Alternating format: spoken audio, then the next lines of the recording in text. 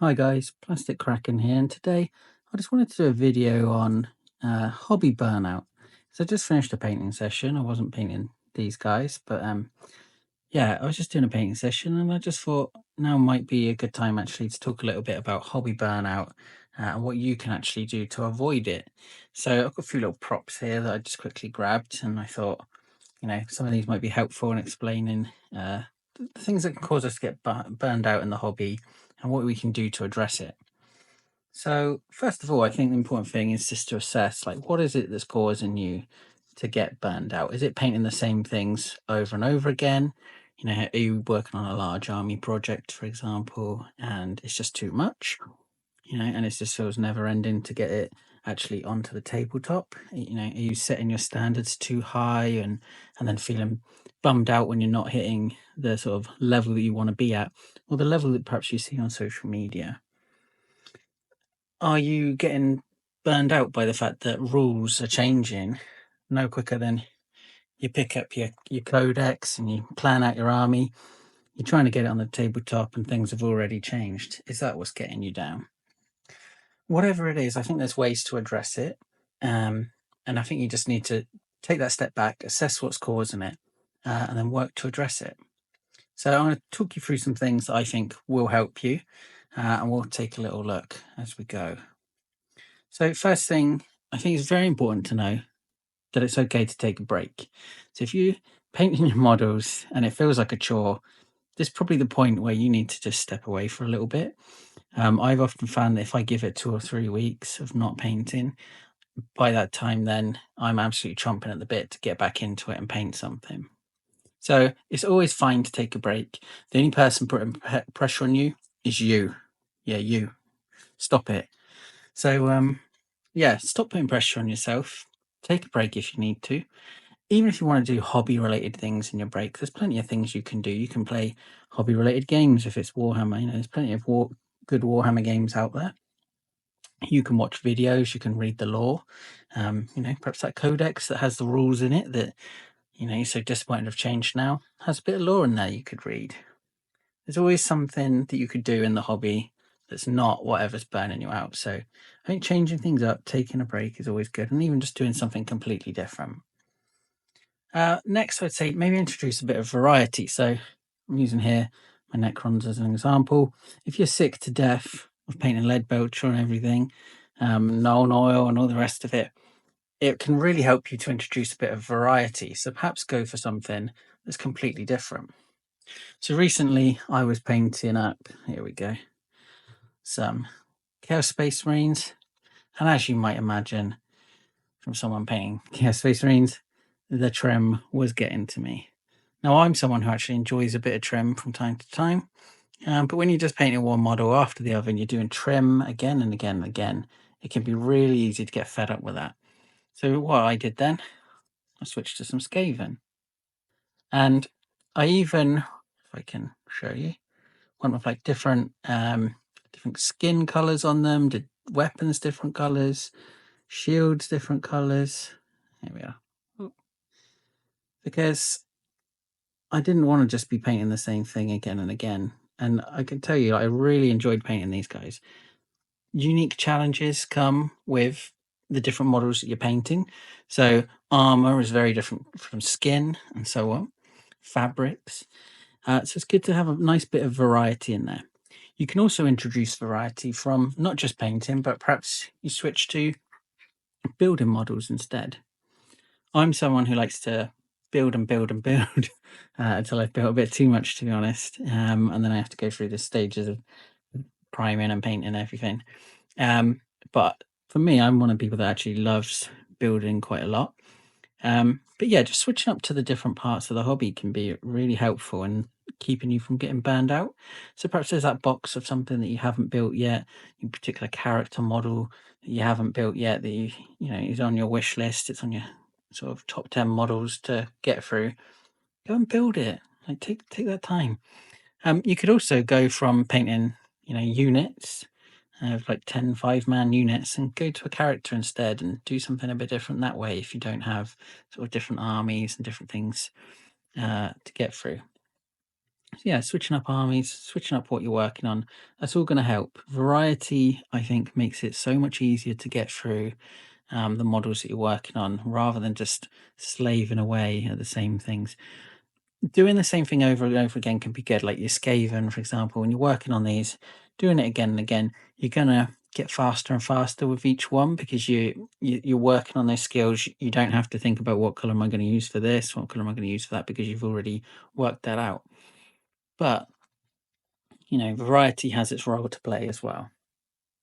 Another thing I think you can do that would be help is no, sorry, that would help is to set yourself some achievable goals. So perhaps it's just that you've got such a big backlog that it's that pressure of not getting through it that's getting to you. So you could stop buying new stuff. Yes, you stop buying new stuff. Okay, calm down. Um, and that goes for me as well. Um, if you set yourself some goals, so maybe you say, okay, I want to paint all my Space Marines, or I want to paint all my whatever. Set yourself a goal. Set yourself a goal of perhaps I'm going to do this unit this month, this unit next month, or whatever it is, depending on how much time you have. Make it realistic, make it achievable, so it's not just putting pressure on yourself. Just something the way you can actually look back and feel proud of it and see that you are actually making progress with it. That can really help you as well. I would also say trying some new techniques. So if you're just constantly painting the same way, the sort of Citadel style from like the Warhammer TV style painting through everything, that's great, and that'll give you certain skills. But maybe you need to try a bit of slap chopping to just get through a bunch of models quick. Maybe you want to try an airbrush and get through some models that way if you've got your airbrush laying around. I wouldn't say necessarily go out and buy one just for the purpose of this, but yeah, try something a bit different in terms of your techniques. Watch some different videos, paint some different colors that you're not used to. Just try something again a bit different, and that should help you. I think with the rules changing, that's one thing that I think is quite easy to address. So a lot of people make the mistake of they get caught up on whatever army is the flavor of the month, whichever thing is um, powerful at the time. It could be really easy. You go out, you get 3 of this thing that's really strong. You get 3 of this other thing that's really strong. And then before you've painted it, it's changed. I think one thing to do is just detach from the rules. If you're trying to get a project painted, focus on that. Don't even look at the rules. Try and ignore it. Just paint what you want to paint. Build the models you want to build. And I think you'll have an easier time doing that. Then pick up the rules when your army is actually ready. And I'm sure that way you sort of avoid that building pressure about the rules and keeping up with the meta when your army's not even painted yet, or you're not able to get in as many games as you want to get in those repetitions and learn the things you want to learn. Just chill out, take it at your own pace. Maybe it is that you're burned out on the hobby side of things as well, and that actually you need to play some games. Go out there, get into your local community, into your local shop, and perhaps try and meet someone and arrange a game, and maybe engage in that side of the hobby instead. Um, Finally, I would say as well, tidying your hobby space can help as well. If your hobby space is so messy that every time you come to sit down and do some painting, you're having to spend 15, 20 minutes clearing off your desk, getting your space all set up, now you're probably not going to be that motivated a lot of time to go and do that before you actually sit down and paint.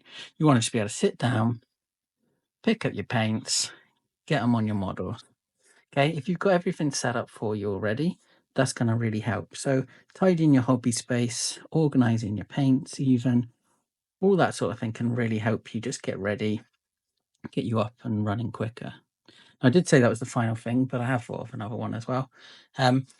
Terrain.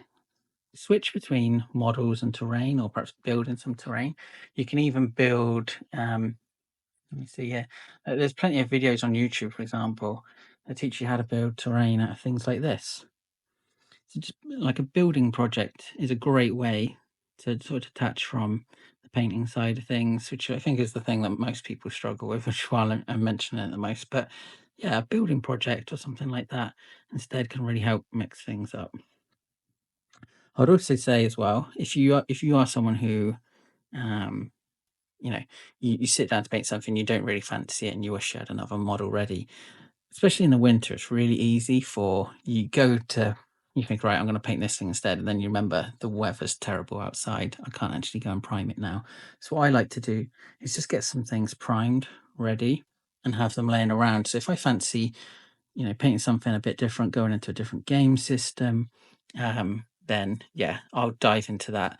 And just having those models primed and ready can really help you, because sometimes you just see something and think, oh yeah, like I really want to try out this new technique I've seen, or I really want to try out my hand at painting that detail, or whatever it is you gets you excited. Sometimes you just need that little spark from seeing, one of your models on your shelf already primed, and you just think, okay, yeah, I really fancy doing that now. So that's something that's helped me.